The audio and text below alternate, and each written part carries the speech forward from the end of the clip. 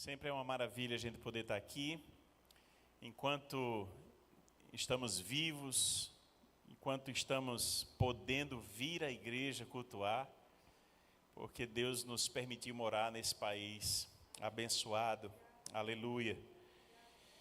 Temos falado nos últimos domingos sobre os inimigos da fé, os nossos inimigos, baseados em um texto que é em Marcos 4, e percorrendo os inimigos da semeadura do Evangelho, mas que não por coincidência, mas não são inimigos apenas da semeadura, da plantação do Evangelho nas pessoas, mas terminam sendo inimigos dos cristãos no dia a dia.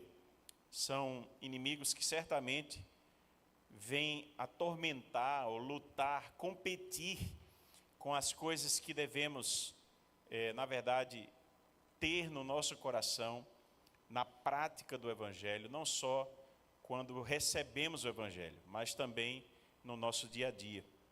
E o primeiro domingo falamos sobre o diabo. Essa palavra que a gente não gosta muito de dizer, nem de comentar, e falei exatamente sobre isso, mas a Bíblia fala sobre o diabo. A Bíblia fala sobre esse inimigo que tenta passar desapercebido em nossa vida. Ele, na verdade, não quer ser reconhecido, mas ele está aí, nos tentando, está aí sendo aquele que fomenta contendas, gera um estímulo ao nosso pecado, à nossa queda. E é o inimigo real, embora invisível. Ele não se manifesta normalmente, mas ele está lá. A Bíblia diz isso, a Bíblia nos mostra. Se você quiser mais, busca lá. Dois domingos atrás você vai encontrar a mensagem completa. O segundo inimigo da fé, falamos sobre a superficialidade. Ela tem atacado, na verdade, desde sempre, quando não temos raízes em Deus, quando não temos profundeza nas nossas convicções, mais que isso, profundeza no nosso relacionamento com Deus, e isso termina sendo revelado através da angústia que se apresenta e da perseguição. E, claro, a superficialidade, ela está muito real ainda na vida de muitas pessoas, sobretudo na modernidade. A modernidade que tem tantas coisas que terminam virando contra nós, contra o Evangelho. Hoje chego na última mensagem dessa sequência, não porque não há mais inimigos, obrigado, Miraca. Não porque não há mais inimigos, mas porque são os inimigos citados. Eu acho que eles estão muito bem representados aqui. E de forma que, com esses 3 dias, se nós conseguíssemos evitar em nossa vida, estimular esses inimigos, ou se a gente combatesse isso de verdade, certamente nossa cristandade teria uma repercussão muito forte. Hoje quero falar sobre as distrações da vida. As distrações da vida. Então, que você vá comigo agora em Marcos capítulo 4, sempre o texto base, hoje seguindo um pouco mais, avançando, verso 2, 3 e 7, 2, 3 e 7, e depois o verso 18 e 19. Estou dando recorte para esse inimigo de hoje, porque no texto base, para você que talvez esteja visualizando hoje, são 4 solos que Cristo fala sobre um semeador que vai semeando a semente, a boa semente, que é a palavra de Deus, que é o Evangelho. E os 4 solos, o primeiro cai numa terra, que é uma terra que está batida, uma terra que está à beira do caminho, uma terra onde não há a penetração, e a semente fica à mostra, e vêm as aves dos céus, Isso é contado por Jesus em Marcos 4. E vêm as aves do céu e comem aquela semente. E essas aves, Jesus explica, ele mesmo explica, ela é a representação do diabo. Por isso que falamos no primeiro domingo sobre ele. Depois vem o segundo solo, e é uma semente que cai no meio das pedras. É um solo pedregoso, de forma que a raiz ela não consegue ter profundidade, porque o solo impede isso. E a gente percebe essa ideia com a explicação de Jesus, dizendo que exatamente são aqueles corações, são aquelas pessoas que não têm raízes em si mesmas, ou seja, ela vive na superficialidade. Falei aqui sobre a superficialidade dos relacionamentos, inclusive com Deus, principalmente com Deus, e sobre o nosso relacionamento com a palavra, nossa profundidade da palavra. E então vem o sol, né, e seca aquelas sementes, e esse sol é essa representação da angústia, da perseguição. Isso revela que aquela raiz, aquela semente não tinha raiz, aquela planta ali, então morre. E o terceiro solo é hoje. Eu queria que você lesse então comigo Marcos capítulo 4, versos 2, 3, 7, 18 e 19. Vamos lá? Assim, ensinava-lhes muitas coisas por parábolas, e durante o seu ensino dizia, verso 3, escutem, eis que o semeador saiu a semear. O verso 7 diz, outra parte caiu entre os espinhos, e os espinhos cresceram e a sufocaram, e não deu fruto. Muito bem, verso 18 e 19 é a explicação disso. Então Jesus continua dizendo, os outros, os semeados entre os espinhos, são os que ouvem a palavra, mas as preocupações deste mundo, a fascinação da riqueza e outras ambições aparecem e sufocam a palavra, e ela fica infrutífera. Você pode repetir comigo esse último verso? Mas as preocupações deste mundo, a fascinação da riqueza e outras ambições aparecem e sufocam a palavra, e ela fica infrutífera. Algumas versões trazem essa última ideia como os prazeres deste mundo, os prazeres da vida, como sendo algo em substituição a essa palavra, outras ambições. A gente pode entender que há uma outra possibilidade que, na verdade, envolve tudo, é tudo que a vida oferece. Essas outras ambições, ou os prazeres desta vida, a gente vai seguir nessa linha. Eu queria que você fechasse o seu olho mais uma vez, fizesse uma breve oração ao Senhor. Se você quiser, bota a mão no seu coração aí, representando a sua alma, seu espírito, pedindo a Deus que fale com você, que transforme o seu coração hoje. Pai, aqui está teu povo reunido, e o que eu te peço, Senhor, nessa noite, é que haja um toque do teu Espírito Santo enquanto eu fale, que a tua palavra possa hoje fazer efeito em nossa vida e nos alertar, e nos transformar em cristãos mais fortes, mais genuínos, cristãos que compreendem, ó Deus, esse inimigo e se tornam vigilantes para não cair nesses inimigos, ó Deus. Nos ajuda, em nome de Jesus. Amém.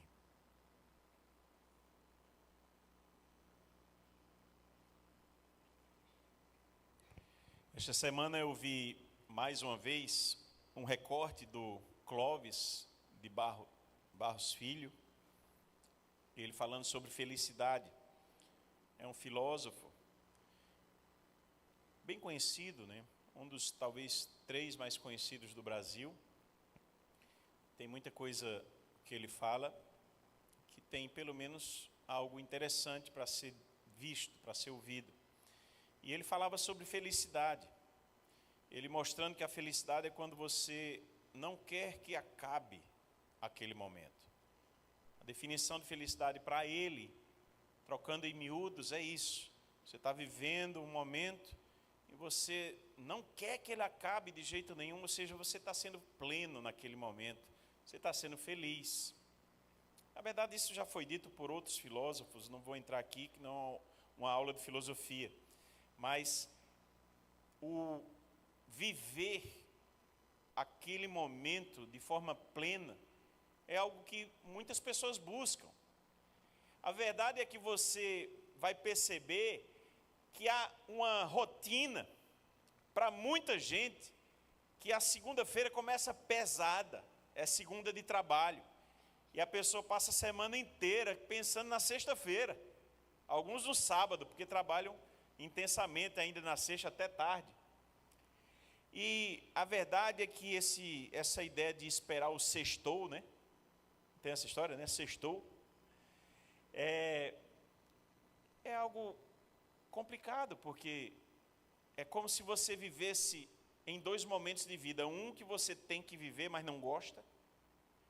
E outro que você espera chegar para ser feliz, né? Eu não sei se você já ouviu aquela expressão. A gente tem um amigo que sempre diz: ei, vamos ser felizes, né? Vamos se encontrar aí para ser feliz. Mas essa é uma ideia interessante. E a questão, ela é mais ampla do que isso. Não porque a gente gostaria que fosse diferente, mas se a gente não vive essa plenitude todos os dias, espera chegar, talvez tenha algo muito errado. Talvez a gente precise repensar o que temos vivido. Talvez, se você não encontra alegria, plenitude na sua segunda-feira, na sua terça, eu não estou falando de dias preferidos, não é isso, mas de viver uma vida plena todos os dias. Talvez alguma coisa você não compreendeu, sobretudo se você é cristão. Via também Dr. Billy Graham, falecido já, mas as mensagens deles estão aí. E, na verdade, essa semana Deus me preparou vários pontos bem interessantes.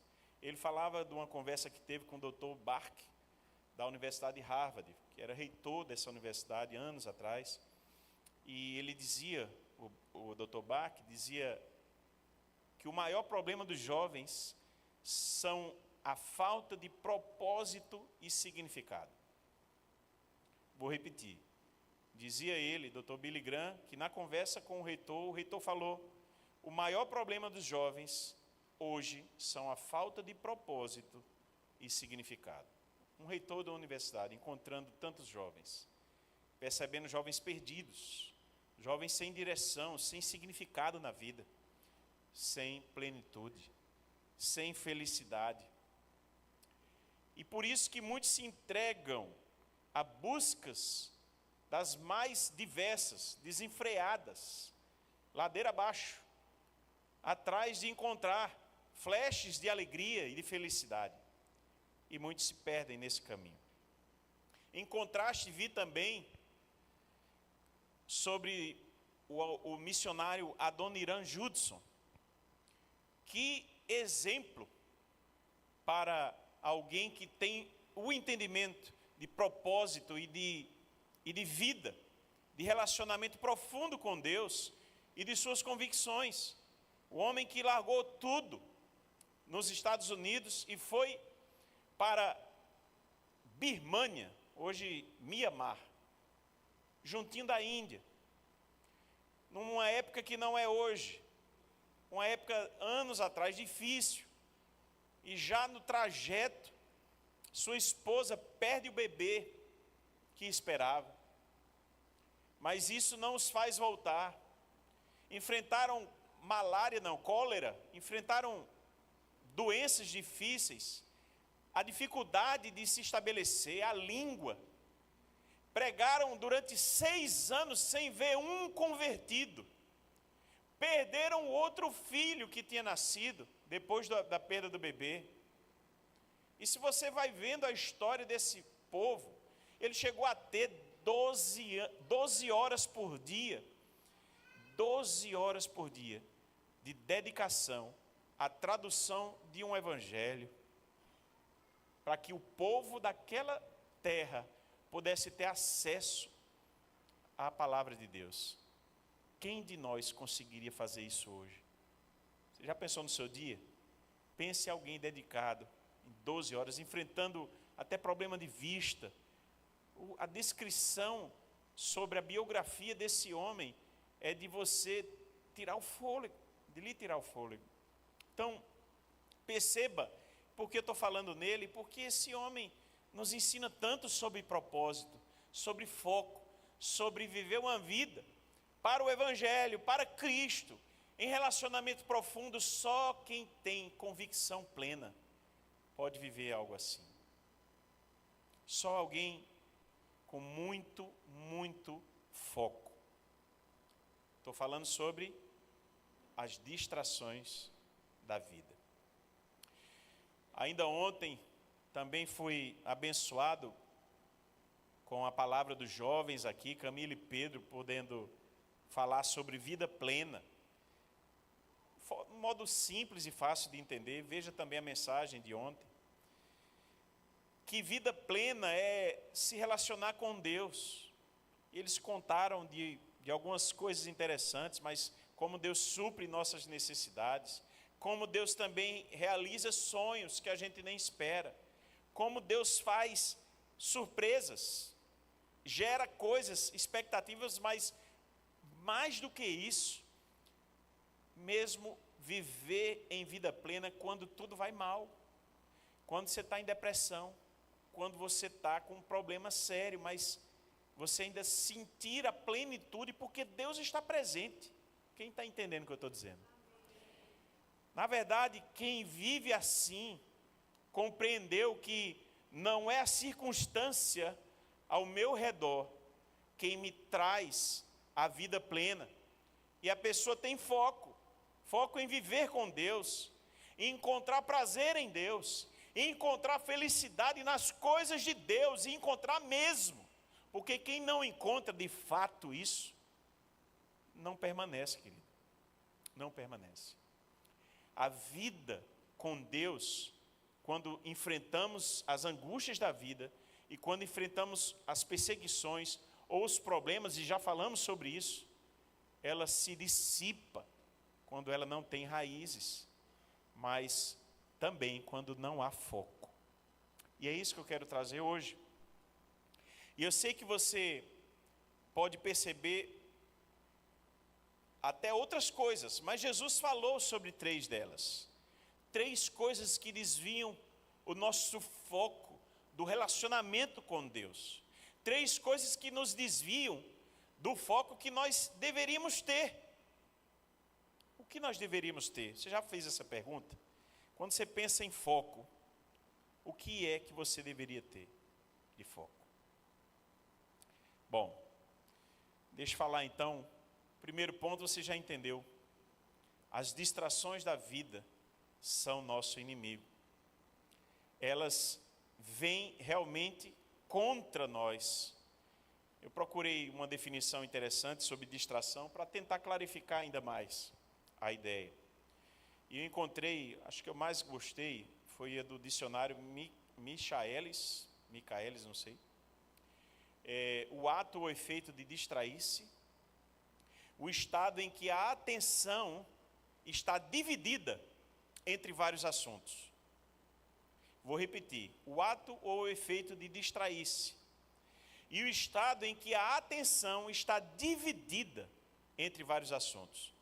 Eu não vou pedir para levantar a mão, mas quem já se sentiu assim, com o coração dividido, você tendo que trabalhar, mas querendo ficar mais com Deus, você querendo focar no ministério, mas precisando trabalhar mais para ganhar dinheiro, para botar o dinheiro no bolso e pagar as contas, coisas do tipo, mas outras tantas.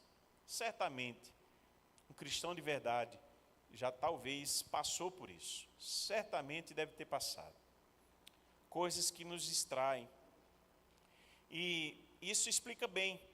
Mas volta àquela pergunta: onde a nossa atenção nessa vida deveria estar? Claro que o nosso principal exemplo é Cristo.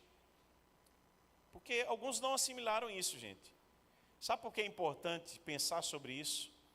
Porque alguns, ainda cristãos, vão dizer assim: olha, seu foco na vida é trabalhar. Você precisa trabalhar, você precisa o foco.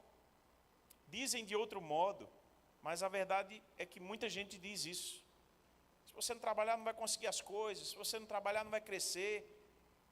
Há pais que orientam seus filhos assim. É esse realmente o nosso foco? O foco do cristão é trabalhar? Ou trabalhar faz parte da vida aqui na terra, mas não é o nosso foco? Alguns mais ambiciosos vão dizer: o foco é na sua carreira, você precisa crescer enquanto pessoa. Você precisa crescer enquanto profissional. Você precisa crescer o seu currículo, independente de ganhar muito ou pouco. Será isso? Alguns mais religiosos ainda vão dizer: o seu foco deve ser fazer boas ações, porque a vida não é para você mesmo, a vida é para os outros. Mas há muitas religiões que fazem boas ações aí, estão condenados ao inferno. Nosso foco não está nisso. E aí, como o nosso padrão exemplar é Cristo, eu quero pegar o texto de João 4, verso 31. João 4, 31. E deixa eu tentar mostrar a mentalidade de Cristo. Já falei sobre isso outras vezes. E depois trazer algumas ideias aqui. Enquanto isso, João 4, 31. Enquanto isso, os discípulos pediam a Jesus, dizendo: mestre, coma. Mas ele lhes disse: tenho para comer uma comida que vocês não conhecem. Então os discípulos começaram a dizer entre si: será que alguém lhe trouxe algo para comer? E o verso 34, preste bem atenção nesse 34. Jesus lhes declarou: a minha comida consiste em fazer a vontade daquele que me enviou e realizar a sua obra. A minha comida consiste em fazer a vontade daquele que me enviou e realizar a sua obra. Olha, gente, o contexto disso, eu preguei um dia nos jovens sobre isso. A verdade, o contexto inteiro, se você ler o capítulo 4, você vai perceber que é sobre busca a Deus, que é sobre sede de Deus, sede de alma, sede de alguma coisa. Há um contraste da sede e da fome que as pessoas estão tendo ali. Jesus chega à beira de um poço com uma mulher samaritana, que tinha uma sede de alma. A mulher tinha se relacionado com vários homens, nenhum mais era o marido dela. Os discípulos tinham saído dali com fome, deixado Jesus ali para ir comprar comida, fome. E volta e fala sobre comida com Jesus, e Jesus diz: minha comida é fazer a vontade do meu Pai. Então percebe, os contrastes do texto estão em volta de aquilo que nós temos sede, fome, a nossa busca, o que buscamos. E isso chama muito a atenção, para que você perceba o que é o nosso foco. Se o foco de Jesus era tão gigantesco a ponto dele não ligar mais nem para o momento que ia comer, se estava sentindo fome, se não estava, ele estava ali cumprindo a vontade de Deus, do Pai. Ele estava interessado nisso. E os discípulos deixaram Jesus, olha o contraste, para ir saciar a fome física, para ir atrás de comida. Bom, deixa eu falar então dessas estratégias, que é o nosso ponto 2, sobre como essas distrações trabalham. Eu vou falar das 3 aqui. Então, são 3 distrações que aparecem. A primeira são as preocupações, são as ocupações mentais. A primeira distração que vem tirar o nosso foco da vontade de Deus, tirar nosso foco de buscar a Deus para realizar inclusive a sua obra. como Cristo teve esse foco. Os discípulos atrás de pão, na hora da fome, e a pessoa sem estar interessada em Deus. Esse é o retrato. Isso domina muita gente, hoje. Na verdade, para muita gente, o que as pessoas fazem é vêm no domingo à igreja e durante da segunda até o sábado vão viver a vida. Vão correr atrás do pão físico. É como se o pão espiritual, para muita gente, fosse só no domingo à noite. Eu vou lá, pego minha porção, e depois você fica em jejum a semana toda do pão espiritual, para correr atrás do pão físico. Há alguma coisa errada nessa história. E uma coisa que nos traz essa ideia exatamente são as preocupações. Porque isso vem à mente. Você lembra do texto? Ontem foi falado até aqui, nos jovens, de Mateus capítulo 6, de 25 em diante. Eu vou ler para os irmãos, um texto que você já conhece, mas retrata exatamente as preocupações da vida, tirando o nosso foco. E no final, há a conclusão de extrema relevância para nós. Mateus 6, 25 diz assim: por isso digo a vocês, não se preocupe com a sua vida. Olhe, não se preocupe. A primeira ideia aqui, distração. Distração. Você preocupado demais com a sua vida. Quanto ao que irão comer ou beber, nem com o corpo, quanto ao que irão vestir. Não é a vida mais do que o alimento e não é o corpo mais do que as roupas? Jesus falando em outro momento, meus irmãos, em outro momento, para trazer essa ideia. Aí ele diz, olha, o 26, observem as aves dos céus, que não semeiam, não colhem, nem ajuntam em celeiros. No entanto, o Pai de vocês que está nos céus as sustenta. Será que vocês não valem muito mais do que as aves? Então, Jesus está nos trazendo ao foco. Olha, cuida de botar teu foco em Deus. Deus cuida de você. Isso não é uma assinatura, uma defesa para você não trabalhar. Certamente que não. Porque a ave, no exemplo que Jesus usa, a ave ainda sai atrás da comida, não é verdade? É verdade. Mas ela não se preocupa com isso. Você não vê um passarinho dizendo para o outro, meu Deus, a gente vai comer o que hoje? Não tem. Então, observe as aves. Quem de vocês, por mais que se preocupe, pode acrescentar um côvado ao custo de sua vida? E por que se preocupa com o que vão vestir? Observe como crescem os lírios do campo, eles não trabalham nem fiam. Eu, porém, afirmo a vocês que nem Salomão, Salomão, vou falar dele já já, em toda a sua glória se vestiu como qualquer um deles. Não, Salomão nem se vestiu como essa flor. Portanto, ora, se Deus veste assim a erva do campo, que hoje existe, e amanhã é lançada no forno, não fará muito mais por vocês, homens de pequena fé. Portanto, não se preocupem dizendo, que comeremos? Ou, o que beberemos? Ou, com que nos vestiremos? Porque os gentios é que procuram todas estas coisas. O Pai de vocês, que está no céu, sabe que vocês precisam de todas elas. Mas busquem em primeiro lugar o reino de Deus e a sua justiça, e todas estas coisas lhes serão acrescentadas. Queridos, portanto, não se preocupem com o dia de amanhã, pois o amanhã trará os seus cuidados, basta ao dia o seu próprio mal. As preocupações ocupam nosso interior e nos desvirtuam de lembrar que nosso Pai nos sustenta. Descanse em Deus. Descanse em Deus, sabendo que Ele é o seu pastor. Nada lhe faltará, nada. Você comeu hoje, se não comeu foi porque não quis, certamente. Porque de algum modo você teria comida. Deus cuida de você. Se lembre disso, não deixe que as preocupações deste mundo tirem o seu foco de Deus, do relacionamento com Deus. Sabe, busque isso em primeiro lugar. Todas as outras coisas virão. Essas coisas que a gente está falando, que o texto está falando. Não se preocupe. Como a gente precisa lembrar disso, irmãos? Lembra de Marta e Maria? Lucas capítulo 10, e o verso 38, quando eles seguiam viagem, Lucas 10, 38, Jesus entrou numa aldeia, certa mulher chamada Marta hospedou na sua casa. Marta tinha uma irmã chamada Maria, que assentada aos pés do Senhor ouvia o seu ensino.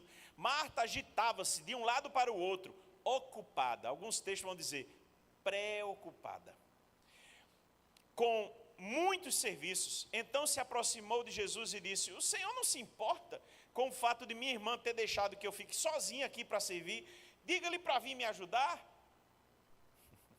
Mas o Senhor respondeu: Marta, Marta, você anda inquieta e se preocupa com muitas coisas, mas apenas uma é necessária.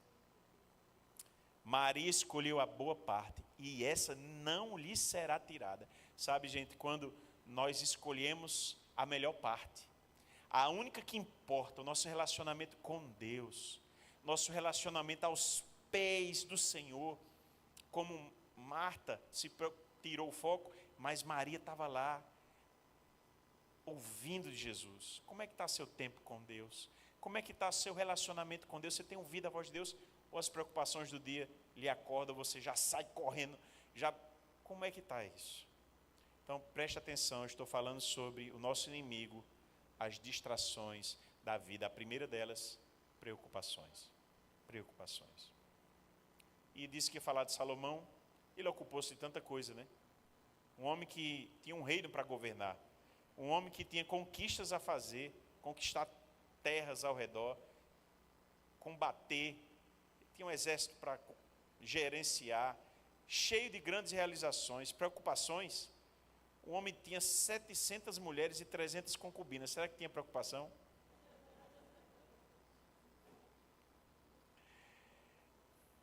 Devia dar muita confusão nessas mulheres, não devia não? Pense 700 mulheres brigando pelo rei. Como é que ia ser? De quebra ainda tinha mais 300 concubinas. Gente, foco. Mas Salomão perdeu o foco. Se preocupou demais com tanta coisa. E 1 Reis 11 descreve, eu não vou ler que não vai dar tempo, mas descreve como ele se corrompeu, como ele, começou a se preocupar demais em conquistar lugares, casar com outra mulher ainda, para conquistar, fazer alianças, e começou a fazer concessões, construir templos para deuses, irmãos.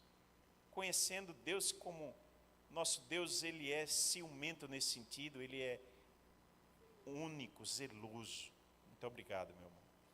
Zeloso, um Deus que não compactua com a idolatria. Salomão se perverteu, não foi fiel, é o que 1 Reis 11, se você ler a descrição, vai descrever, ele não foi fiel como o coração de Davi, tem essa expressão no texto, como o coração de Davi, seu pai, um homem que se corrompeu, se preocupou com tantas coisas do mundo, e entrou pelo pecado. É isso que a preocupação pode gerar em nós, desvio de foco. A segunda coisa, irmãos, a segunda distração da vida são as riquezas. Riquezas.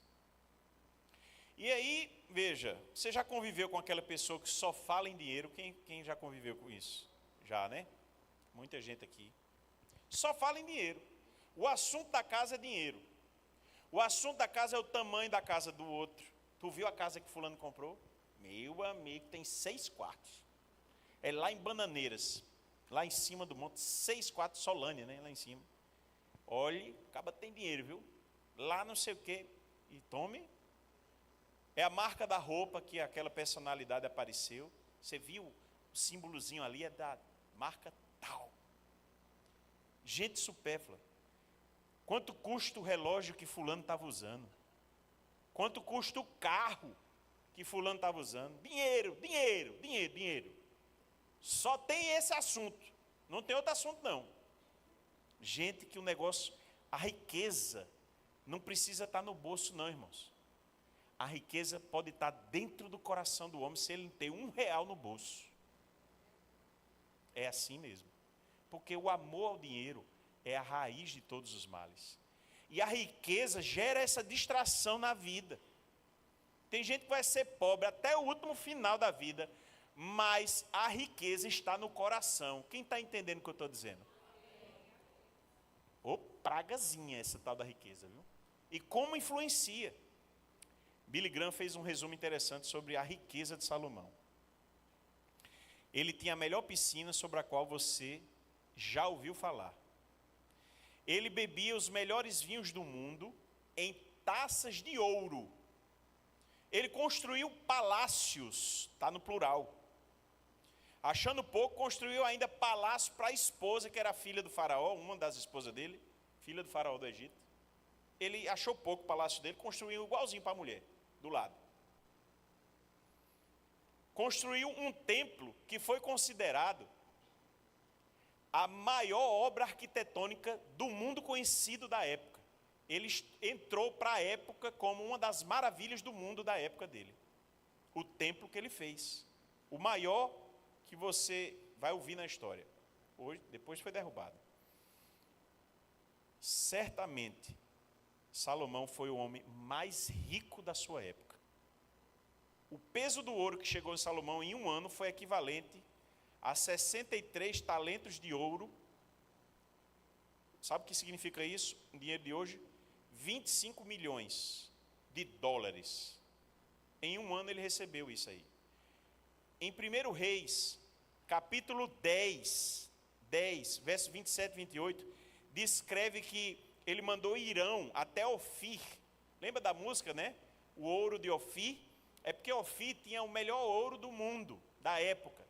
E Irão, que foi mandado por Salomão para lá, para pegar algumas coisas e voltou, ele voltou com 420 talentos de ouro. Está descrito em 1 Reis 10. Hoje seria em torno de 150 milhões de dólares, de uma vez só, Salomão recebeu em ouro. Sabe quantos cavalos Salomão tinha? Está em 1 Reis 4. Salomão tinha 40 mil cavalos no estábulo dele. Cadê Guilherme? É muito dinheiro ou pouco, Guilherme? 40 mil cavalos ele tinha no estábulo dele. Quem for a Israel vai visitar o local do estábulo dele. Ô, glória, né? Só não tem cavalo nenhum mais lá. Mas é interessante como o homem era rico, mas um dia sentou no topo na casa dele do Líbano, uma mansão, um palácio no Líbano, olhando para o bosque, e ele disse: vaidade das vaidades. Tudo é vaidade, tudo é bolha de sabão. Já fiz uma série sobre Eclesiastes, você pode ler também, ver também. Não vale nada, é o que Salomão estava dizendo. Riqueza não vale nada, por isso pegue a sua e dê para mim. Piada não é minha não, é de Hernandes Dias Lopes essa piada. Mas sabe o que acontece? A gente tem essa ideia de que a riqueza não traz felicidade, a gente sabe da frase, mas muita gente continua buscando a riqueza, porque lá no fundo acha que traz. Acha que traz. E a grande maioria das pessoas não tem dinheiro suficiente para perceber que, de fato, a riqueza promete, mas não cumpre o que promete, que é a felicidade. Não cumpre. Se fosse cumprimento, de fato, você não via rico que se suicidou. Não só os que perderam dinheiro, muito dinheiro não. Gente que se suicida. Gente infeliz. Gente que disse assim: eu trocaria tudo que eu tenho hoje para ter felicidade. Porque o dinheiro não encontrou. E Salomão encontrou exatamente essa. Foi o que Salomão teve. O vazio pós-riqueza. Ele olhar para a riqueza e dizer: nada preencheu. Nada preencheu. A Bíblia fala, Salmo 37:16, mais vale o pouco do justo do que a abundância de muitos ímpios. O pouco do justo do que a abundância de muitos ímpios. Provérbios 23, verso 4 e 5 diz assim: não se fatigue para ficar rico. Olha o que Salomão escreveu. Não se canse, não se fatigue para ficar rico. Um rico falando isso. Ele teve essa experiência. Não se canse para ficar rico. Não aplique nisso a sua inteligência. Olha o que Salomão está dizendo para nós. Você quer pôr os seus olhos naquilo que não é nada. Salomão considerou a riqueza nada. Isso é bolha de sabão, isso não vale nada. Ele falava de cátedra, ele sabia o que estava dizendo. Porque certamente a riqueza criará asas, como a águia que voa pelos céus. Lucas 12, a partir do verso 13, agora Jesus falando. Lucas 12, verso 13 em diante, diz assim: nesse ponto, um homem que estava no meio da multidão disse a Jesus: mestre, diga a meu irmão que reparta comigo a herança. Briga, né? Briga.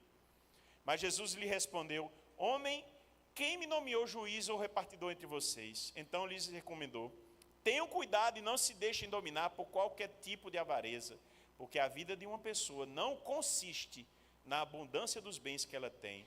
E Jesus lhes contou ainda uma parábola, dizendo: o campo de um homem rico produziu com abundância. Então ele começou a pensar: que farei, pois não tenho onde armazenar minha colheita? Até que disse: já sei, destruirei os meus celeiros, construirei outros maiores, e aí armazenarei todo o meu produto e todos os meus bens.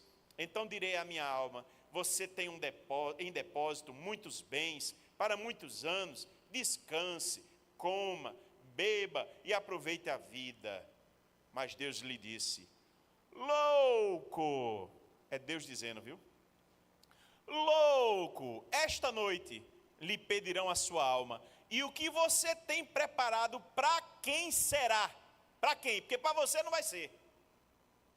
Assim é o que ajunta tesouros para si mesmo, mas não é rico para com Deus. Gente, parece que entra num ouvido e sai no outro.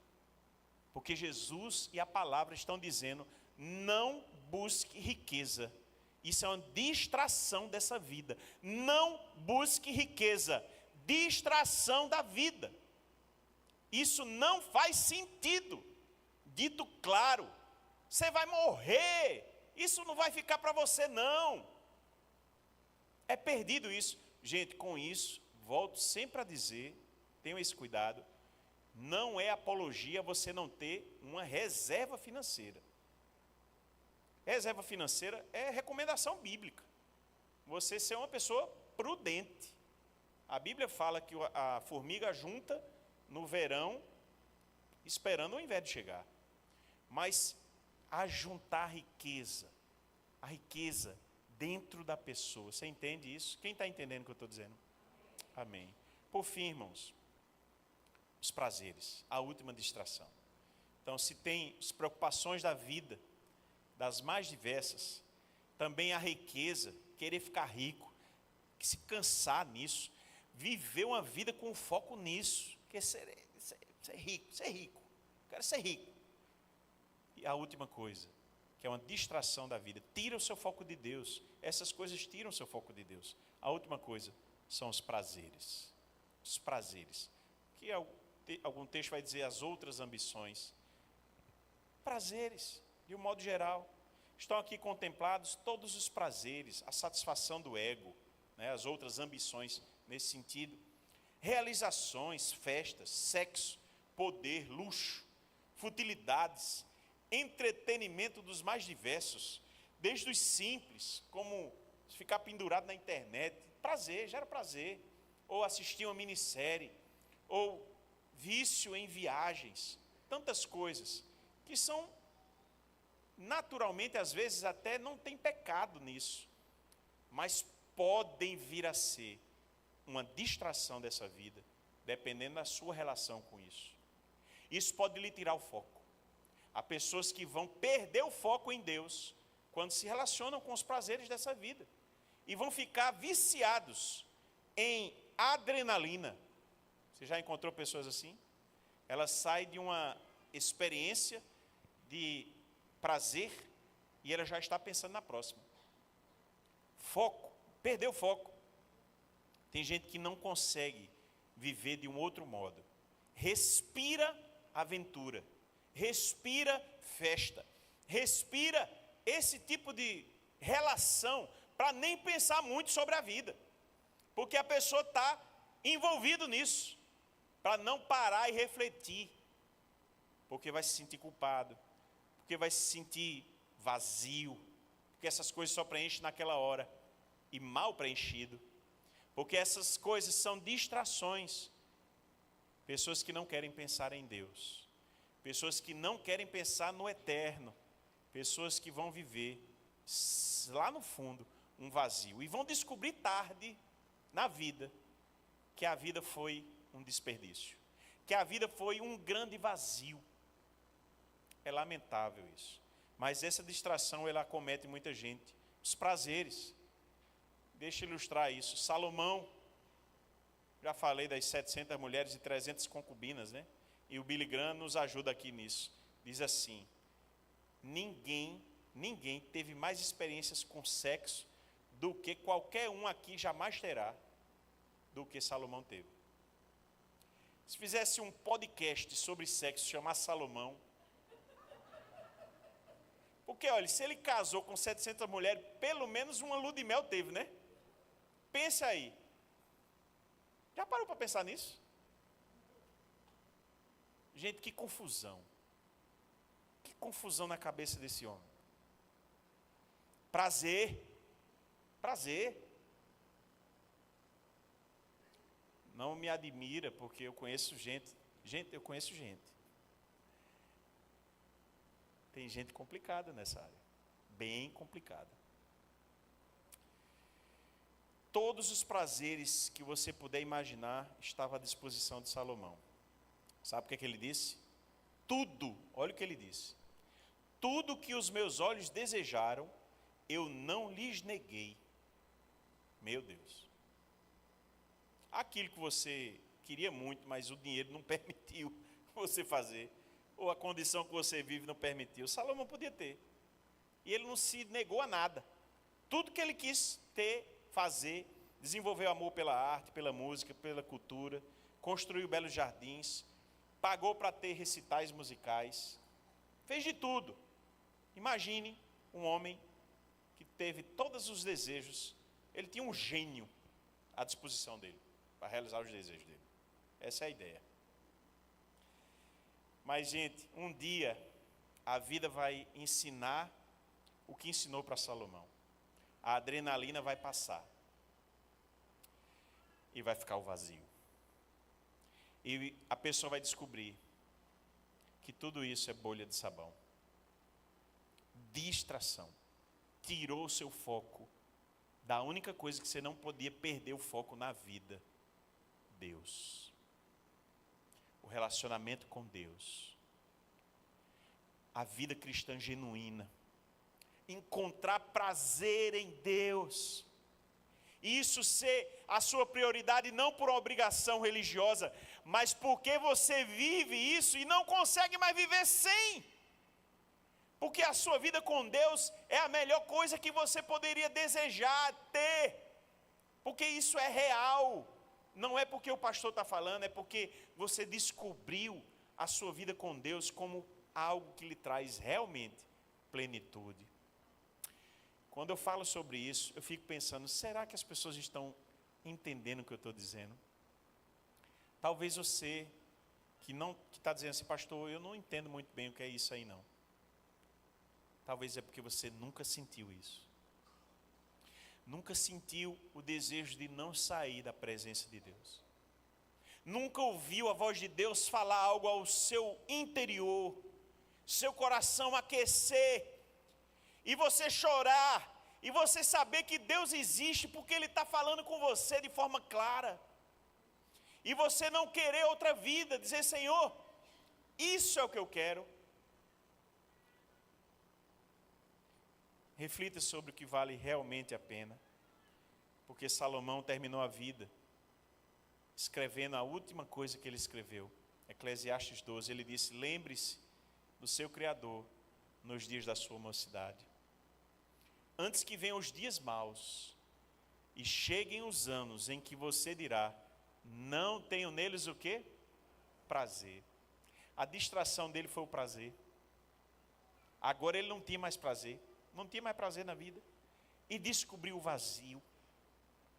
E aí ele está dizendo, olha, não faça como eu fiz não, foi uma besteira, eu vacilei. Eu vivi desfocado.